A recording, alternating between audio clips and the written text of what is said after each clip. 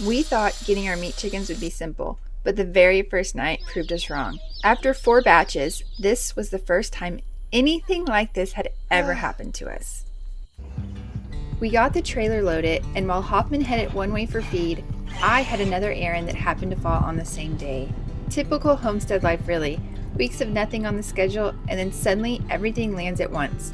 We picked up 1,650 pounds of organic, soy-free feed for what will end up feeding about 100 Cornish Cross meat chickens.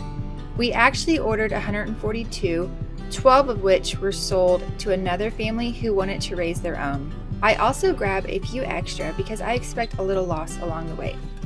This year, we've already pre-sold 65 birds to families in our community.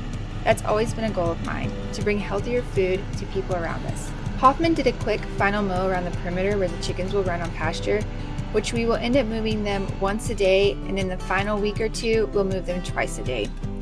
This is our 5th batch of meat chickens, and with each one, we've grown a little bigger.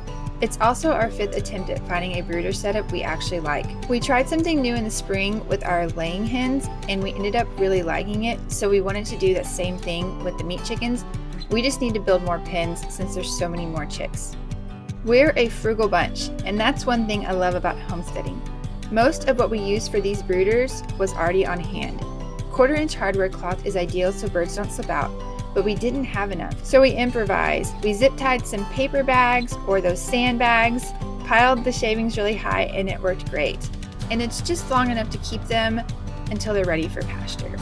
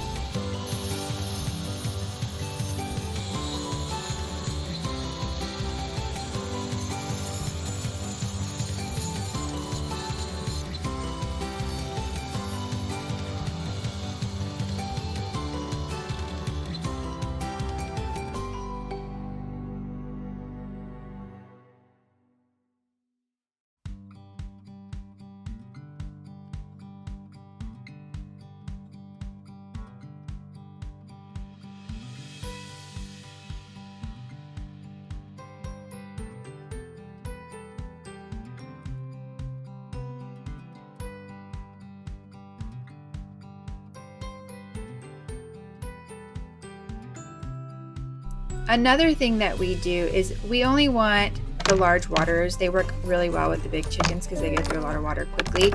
But to be able to use these for the little chicks, we like to add rocks in there. So as the chickens are figuring out how the whole world is working, they're able to kind of climb around on the rocks and get out quickly. The post office called at 6:45 a.m. and we rushed out the door. It's about a little over an hour round trip, and with all the chirping in the car, it is an exciting time. It is loud, but the kids love this part.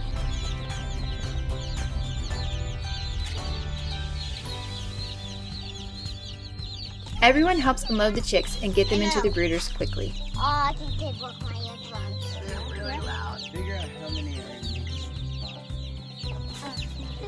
We'll need to save the boxes.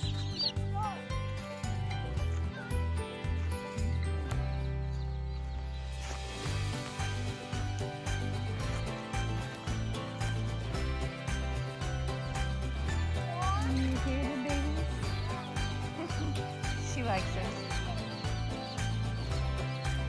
Alright, let's go. We do our best to divide them evenly, dipping each beak in water so they know where to drink. Those first few hours are so important for them to get settled in.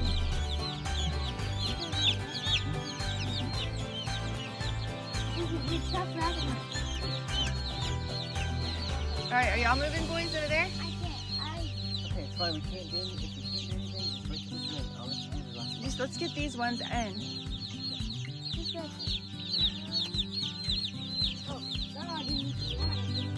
They already went to the water? They're probably hungry.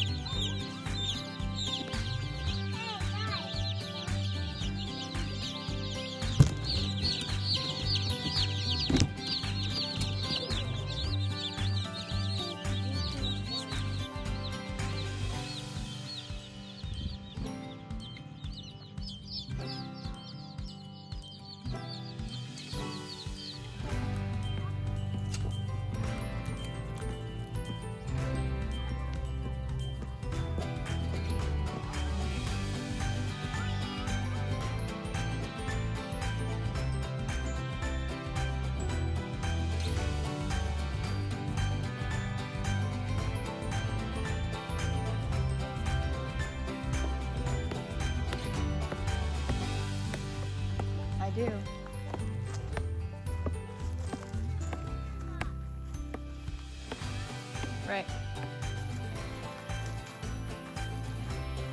Hey, go. Go.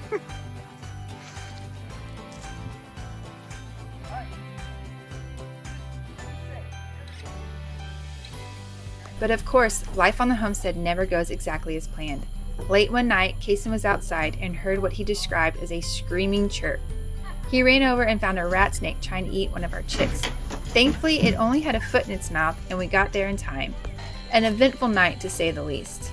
Oh, a little bitty rat snake trying to get one of our... Like I got real bigger. Got a leg in the mouth. That's kind of interesting. Never ending. By morning, things were back to normal. The boys are in charge of feed and shavings each day, while Hoppin usually handles the water, though we encourage the kids to take it on a few times a week. The waterers are heavy and the lids can be tricky, but it's all part of learning. I will not lie to you, these 8 weeks are a lot of work for very little pay if you count the hours. But by the end, our freezer is filled with a year's worth of meat, and because we pre-sell some birds, the meat that we keep for our family costs us nothing but labor. It's hard, it's exhausting, but it really is worth it.